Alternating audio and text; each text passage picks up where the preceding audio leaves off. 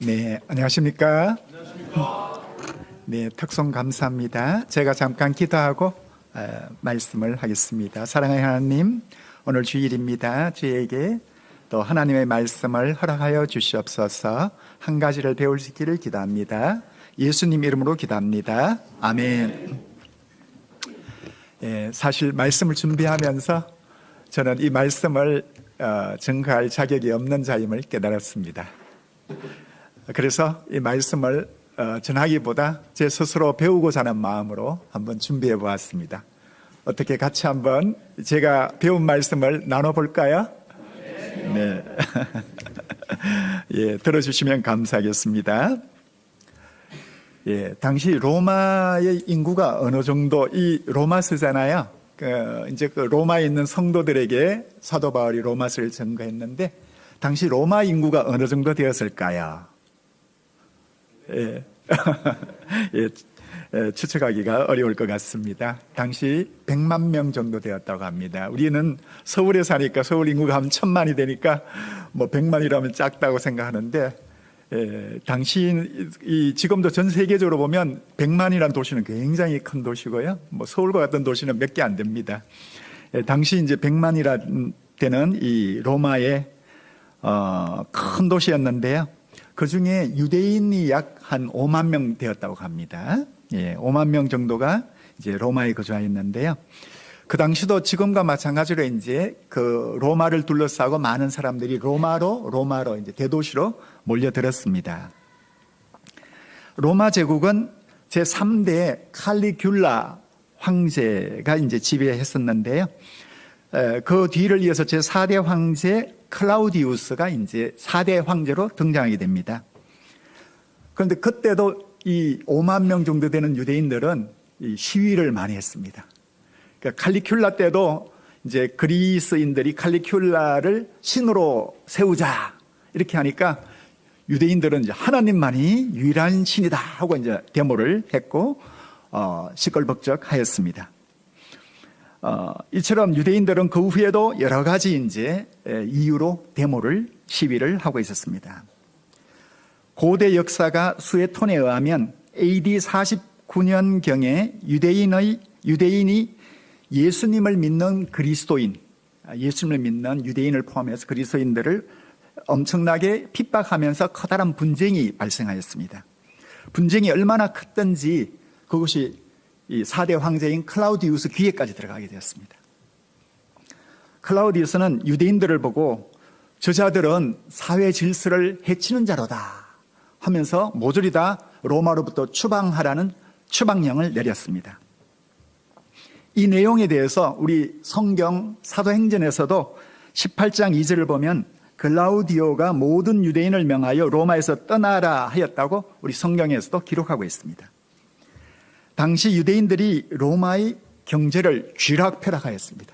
오늘날도 마찬가지죠. 전 세계. 그 당시도 유대인들이 그렇게 했습니다. 유대인들이 떠난 로마의 경제가 꼬꾸라졌습니다. 그래서 클라우디우스를 이은 제5대 황제가 누굴까요? 예, 네로입니다. 네로는 안 되겠다. 유대인들을 다시 원대 복귀시켜라 라는 칙령을 발하였습니다. 자, 다시금 로마로 유대인들이 다시 몰려들었습니다. 지금 로마는 유대인들도 있었고 또 예수님을 믿는 유대인들도 있었고 이방인들도 있었습니다. 성도들 중에서도 유대인 배경의 성도들과 이방인 배경의 성도들이 같이 이제 공존하고 있었습니다. 이로 인해서 로마 교회는 외적으로는 유대인들이 예수님을 믿는 이 크리스찬들을 핍박을 하였습니다. 우리 사도 바울을 유대인들이 얼마나 핍박을 했는가 우리가 볼 수가 있죠. 그래서 그렇게 핍박을 했고요. 또 예수님을 믿는 로마 내에서도 유대인 출신의 로마 성도들과 이방인 출신의 성도들이 또 그 사이에 어떤 서로 하나가 되지 못하는 문제도 있었습니다. 이것이 이제 로마 교회의 백그라운드입니다. 그들은 이제 권세에 대해서, 로마 황제에 대해서 어떻게 생각해야 되나, 또 세금을 내야 되나 말아야 되나 이런 문제들도 있었고요. 또 단적인 예로 또 먹는 음식을 두고도 또 분쟁이 있었습니다. 유대인 출신의 크리스찬들은 돼지고기를 먹는 데 대해서 아주 끄림직하게 생각했고요. 그런데 이방인 출신은 맛있는 돼지고기 하면서 맛있게 먹고 이런 상황이 이제 그 로마 교회에 있었습니다. 이런 상황에서 사도 바울은 로마 교회의 성도들을 생각하고 복음의 세계를 세우고자 바로 로마서를 집필한 것입니다. 여기서 잠깐 복음의 기초의 세 가지를 한번 살펴보겠습니다. 첫째는 이방인이나 유대인이나 성도들이나 누구나 할 것 없이 모두가 다 죄인이다. 그래서 로마서 3장 10절에서 선포합니다. 의인은 없나니 하나도 없으며. 자, 이것이 이제 사도 바울의 첫째 복음입니다. 두 번째는 오직 예수 그리스도의 보혈의 피를 믿음으로 말미암아 구원을 받는다는 것입니다. 로마서 3장 24절은 말씀합니다. 그리스도 예수 안에 있는 속량으로 말미암아 하나님의 은혜로 값없이 의롭다 하심을 얻은 자 되었느니라. 자, 그 다음에 세 번째는 구원을 받은 성도들은 율법이 아니라 하나님의 영의 인도하심을 받으며 살아야 합니다. 이렇게 이제 세 가지를 선포하고 있습니다. 사도 바울은 오늘 말씀을 통해서 로마 교회의 성도들이 복음 안에서 하나님의 영의 인도하심을 받도록, 이제 죄인이었고 구원을 받았고 이제 하나님의 영의 인도하심을 받아야 되겠죠. 그래서 인도하심을 받고 기쁨과 감격에 충만한 삶을 살도록 이제 방향을 제시하고 있습니다. 이러한 삶을 살 수 있도록 방향을 제시했는데 이제 두 가지가 오늘 말씀에 나옵니다. 첫째는 자기 의를 내려놓아라. 그 다음 둘째는 믿음의 말씀을 배우고 전하라. 이 두 가지에 대해서 말씀하고 있습니다. 오늘 말씀을 통해서 사도 바울의 권면을 듣고 우리 스스로와 우리 교회를 위하여 분명한 방향을 갖기를 기도합니다. 제1장 자기 의를 내려놓아야 합니다. 1절로 7절입니다. 로마 교회 내에서 성도들 사이에 유대인 성도들과 이방인 성도 사이에 다툼이 있었습니다.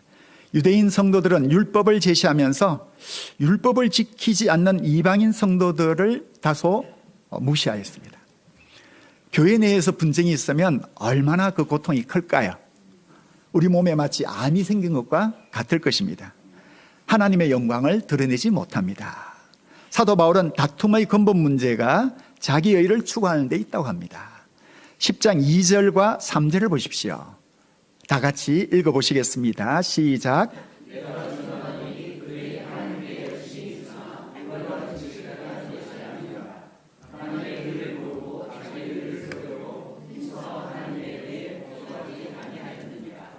로마 교회의 유대인 성도들은 하나님께 대한 열심이 대단하였습니다.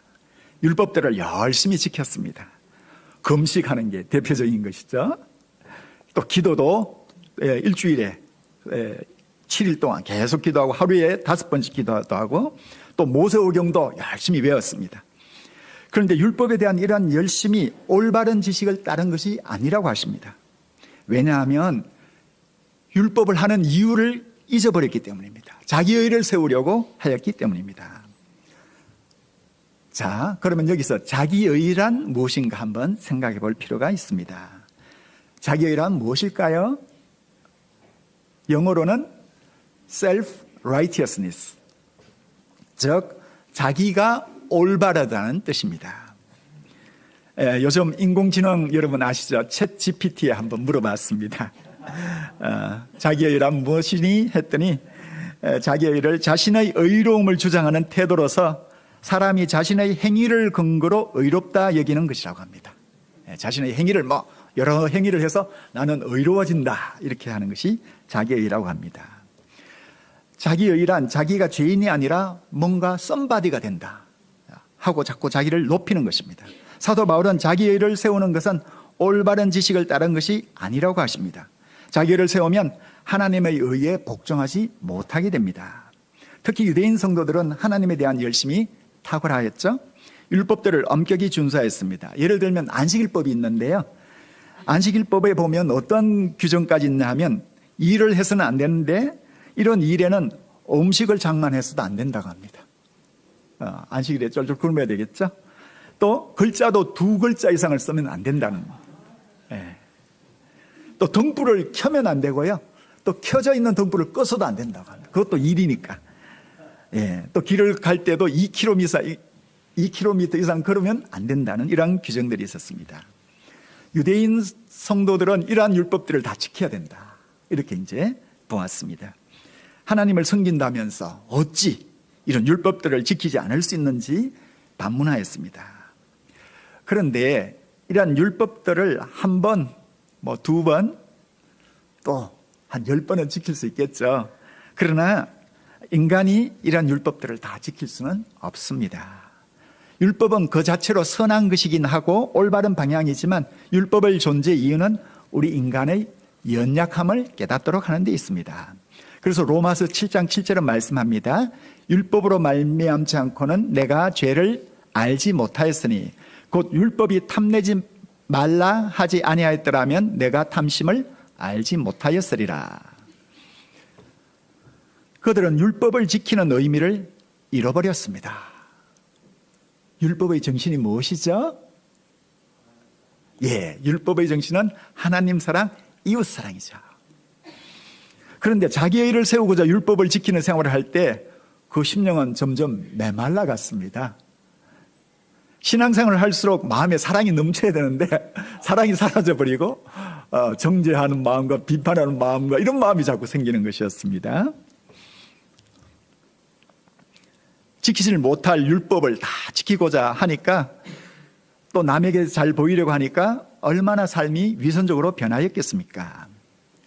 그러면 자기를 세우지 말고 무엇을 하여야 하겠습니까?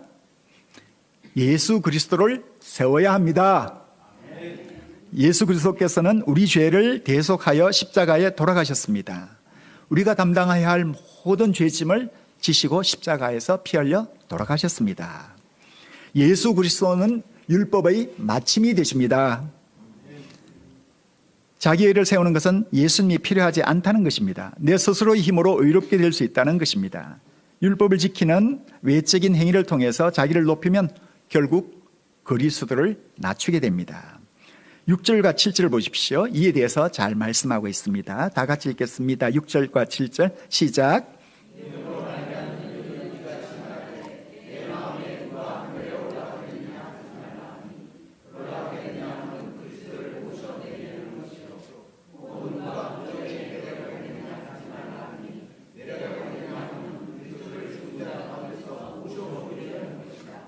좀 이해하기 어려운 문장인 것 같은데요. 이 말은 자기의 일을 세우는 사람은 결국 그리스도와 올바른 관계를 맺기 어렵다는 말씀입니다. 내 마음에 누가 하늘에 올라가겠느냐, 하늘에 올라가겠다, 이것은 자기가 하나님이 된다는 겁니다. 자기가 하나님이니까 예수 그리스도가 필요 없다는 것이고요. 또 누가 무저갱에 내려가겠느냐, 무저갱은 저 깊은 엄부죠, 그렇죠? 거기에 내려간다는 건 자기 스스로 죄값을 치르겠다는 것입니다. 그러니까 예수님 필요 없다. 내가 내 죄에 대해서 내가 스스로 치르겠다. 예수님 필요 없다. 이런 뜻이죠. 자, 예수님께서는 자기 의와 관련하여 누가복음 18장에서 다음과 같은 비유를 말씀하셨습니다. 자기를 의롭다고 믿고 다른 사람을 멸시하는 자들에게 하신 말씀이었습니다. 두 사람이 기도하러 성전에 올라갔습니다. 두 사람 중 하나는 바리새인이요 하나는 세리였습니다. 바리새인은 율법의 대명사입니다. 율법을 잘 지키는 대명사고 세리는 죄인의 대명사였습니다.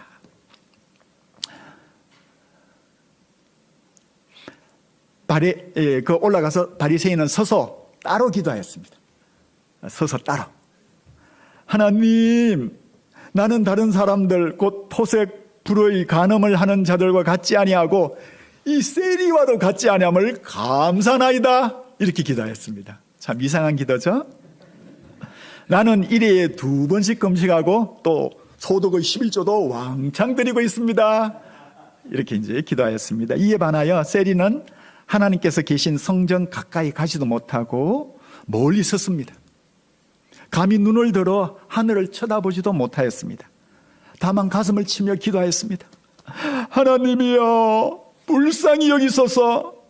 나는 죄인으로소이다. 예수님은 이 두 사람 중에 누가 의롭다함을 받았다고 하셨습니까? 예수님은 저 바리새인이 아니고 이 사람이 의롭다 하심을 받고 그의 집으로 내려갔느니라 말씀하셨습니다. 사도 바울은 로마 성도들이 자기의 의가 아니라 오직 예수 그리스도를 믿는 믿음으로 말미암아 의를 덧입기를 기원합니다. 그것은 자기의 죄를 진실되게 고백하는 것으로부터 시작합니다. 요한 1서 1장 8절로 9절은 말씀합니다. 만일 우리가 죄가 없다고 말하면 스스로 속이고 또 진리가 우리 속에 있지 아니할 것이요 만일 우리가 우리 죄를 자백하면 그는 미쁘시고 의로우사 우리 죄를 사하시며 우리를 모든 불의에서 깨끗하게 하실 것이요. 여기서 우리는 진지하게 신앙생활을 하는 이유가 무엇인지 한번 생각해 볼 필요가 있습니다. 우리의 마음 깊숙한 곳에는 아마도 나는 그래도 저 사람보다는 조금은 더 나아, 조금은 더 깨끗해, 이렇게 해서 이제 생각하는 마음이 깊숙한 곳에 있지 않을까요? 또 우리 마음 깊숙한 곳에는 그래도 나는 무엇인가 내 스스로 구원을 받을 가치가 있는 존재야. 왜냐하면 나는 기도도 좀 하고, 나는 때로는 모임에도 참석하고, 또 때로는 불쌍한 이웃에게 좀 나눠주기도 하고. 우리 마음을 보면 우리의 행위를 통해서 의의를 얻고자 하는 마음이 있습니다. 그러나 이러한 생각은 결국 자기 의의를 세우는 것이 됩니다.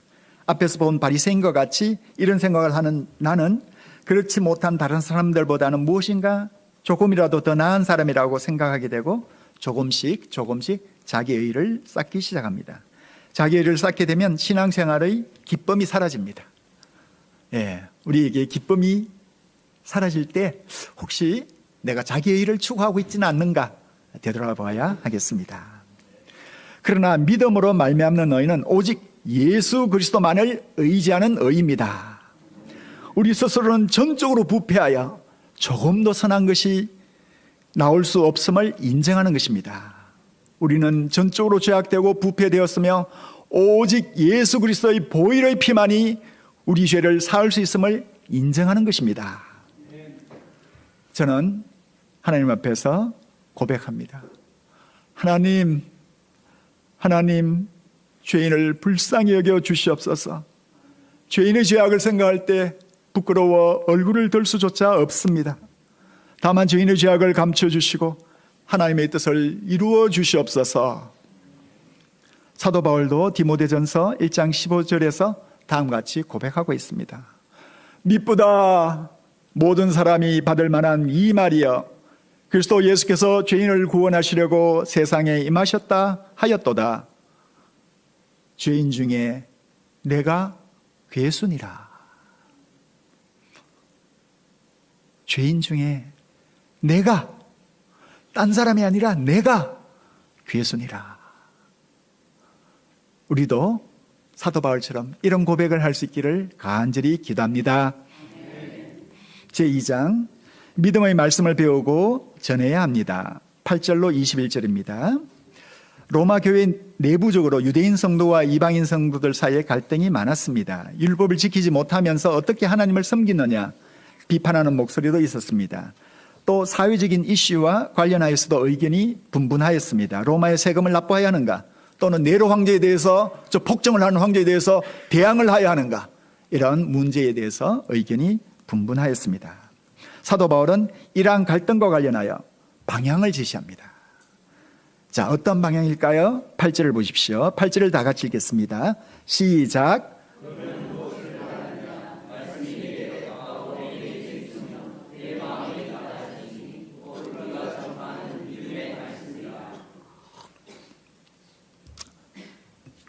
갈등 상황에 빠진 경우가 있으십니까?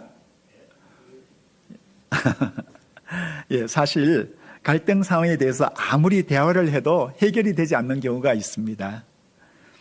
특히 사회적 이슈나 정치적 사안과 관련하여서는 대화를 할수록 상대방과의 갈등의 골이 깊다는 것만 확인하게 될 뿐이기도 합니다. 왜냐하면 그 사안에 있어서 중요하게 여기는 포인트, 즉 지점이 각자마다 다르기 때문입니다. 인공지능으로 따지면 입력청에 있어서 가중치를 주는데요, 그 가중치의 값이 각자마다 다 다르게 설정되어 있기 때문에 아무리 해도 이게 조정이 안 됩니다. 그런데 그런 가중치는 드러나지 않습니다. 사람 마음 깊숙한 곳에 숨겨져 있습니다. 그래서 그 가중치가 조정되지 않는 한은 아무리 대화를 해도 하나가 되기 어려운 경우도 있습니다.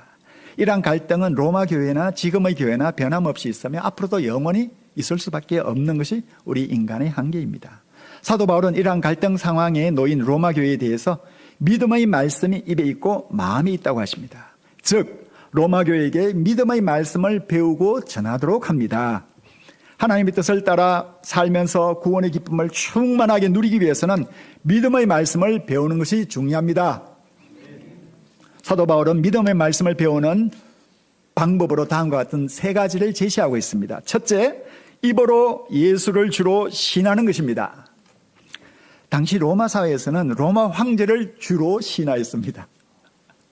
그래서 예수님을 주로 시인하는 것은 엄청난 용기가 필요한 행위였습니다. 잘못하면 반역죄로 고발당하고 감옥에 갈 수도 있었습니다. 주로 시인한다는 것은 주, 즉 주인으로 영접하는 것입니다. 예수님을 주인으로 받드는 것입니다.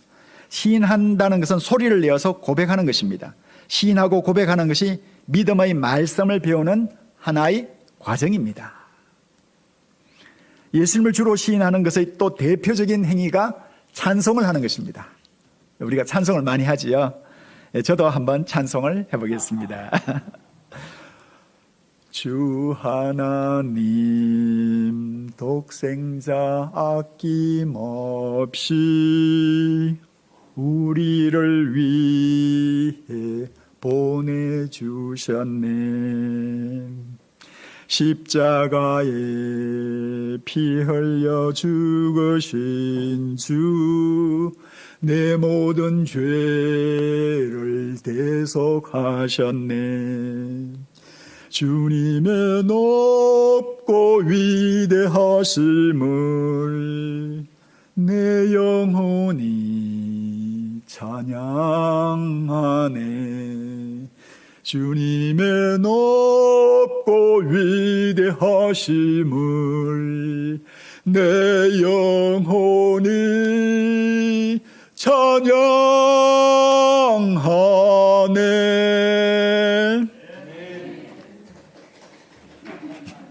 감사합니다. 둘째는 마음으로 믿는 것입니다. 이는 마음속으로 영접을 하는 것입니다.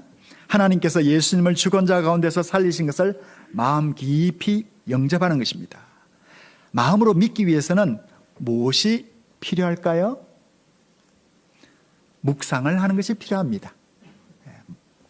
묵상한다는 것은 곰곰이 생각도 하는 것이지만 한 걸음, 생각에서 한 걸음 더 나아가는 것은 마음에 떠오르는 생각들을 글로 써보는 것입니다. 그래서 우리 모임이 소감을 써보는 것을 권면하는 것이 바로 이렇게 묵상하는 하나의 과정이기 때문입니다. 마음의 세계는 참으로 깊고 오묘하고 놀랍습니다. 마음의 세계는 의식을 넘어 무의식의 세계까지 깊이 내려갑니다. 성 어거스틴은 그의 고백록 제1권 제7장에서 다음과 같이 고백하고 있습니다. 하나님, 제가 갓난아기였을 때 저희 몸은 잘 움직일 수도 없어서 죄를 짓지 못했습니다. 그러나 제가 순수하였던 것은 아니었습니다. 저희 마음은 시기심으로 가득 차 있었습니다. 저는 엄마의 젖을 다른 아이가 빠는 것을 보고 분노를 하고 있었습니다. 엄마 젖을 빨지 못하도록 손으로 막고 싶었습니다. 설령 엄마의 젖이 흘러 넘쳐서 버려지는 한이 있더라도, 엄마의 젖이 꼭 가만히 있으면 흘러서 넘쳐서 버려지는데도 내가 못 먹는 젖 남도 못 먹게 하고 싶었다, 이렇게 자기의 죄악을 고백하고 있습니다. 어린아이일 때도 우리의 마음 깊숙한 곳에는 시커먼 죄가 자리 잡고 있습니다. 조용하게 앉아서 우리의 마음속을 잔잔히 들여다보고 마음속에 있는 것들을 하나씩 하나씩 말씀 앞으로 가져오는 것으로부터 믿음은 시작합니다.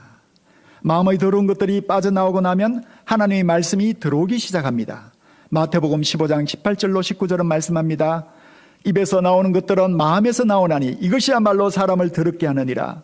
마음에서 나오는 것은 악한 생각과 살인과 간음과 음란과 도둑질과 거짓 증언과 비방이니 우리의 마음의 더러운 것들을 회개하면 하나님의 말씀의 인도하심을 받을 수 있습니다. 말씀이 주는 의미를 깨닫고 감격에 넘치게 됩니다. 우리가 회개함으로 하나님 주시는 은혜를 누리기를 기도합니다. 셋째는 배운 믿음의 말씀을 전하는 것입니다. 13절로 15절을 보십시오. 다 같이 읽겠습니다. 시작.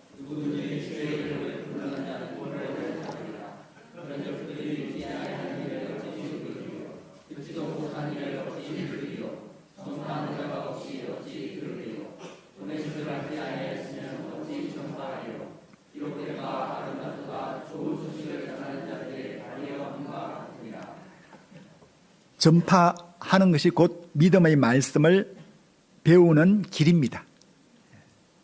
주의 이름을 부르도록 인도하고자 할 때 우선 내 스스로 열심히 배우게 됩니다. 또한 믿음의 말씀을 전파하는 것은 생명을 구원하는 것입니다. 사망의 엄침한 골짜기로 다니는 자들을 생명의 길로 인도하는 것입니다. 믿음의 말씀을 전파하는 자들은 그 발조차 아름답게 변화됩니다. 결론입니다. 당시 로마 교회는 내적으로 외적으로 많은 어려움에 처해 있었습니다. 이런 로마 교회를 향해서 사도 바울은 두 가지 방향을 제시하고 있습니다. 첫째는 자기애를 내려놓고 둘째는 믿음의 말씀을 배우고 전하도록 권면하고 있습니다. 오늘날 우리 교회도 또한 우리 개인적으로도 여러 가지 종류의 어려움에 봉착하고 있습니다. 사도 바울은 우리에게 자기애를 내려놓고 믿음의 말씀을 배우고 전하라고 하십니다. 우리가 사도 바울의 권면을 영접하기를 기도합니다. 말씀 앞에서 우리의 죄를 회개하기를 기도합니다. 캠퍼스 양무리들과 우리 주위에서 만나는 사람들에게 복음을 널리 전하기를 기도합니다. 다 같이 기도하시겠습니다. 사랑하는 하나님, 오늘 사도 바울이 우리에게 권면하는 말씀을 듣도록 하시니 감사합니다. 자기애를 내려놓고 믿음의 말씀을 배우고 전가할 수 있기를 간절히 기도합니다. 감사하며 예수님 이름으로 기도했습니다. 아멘.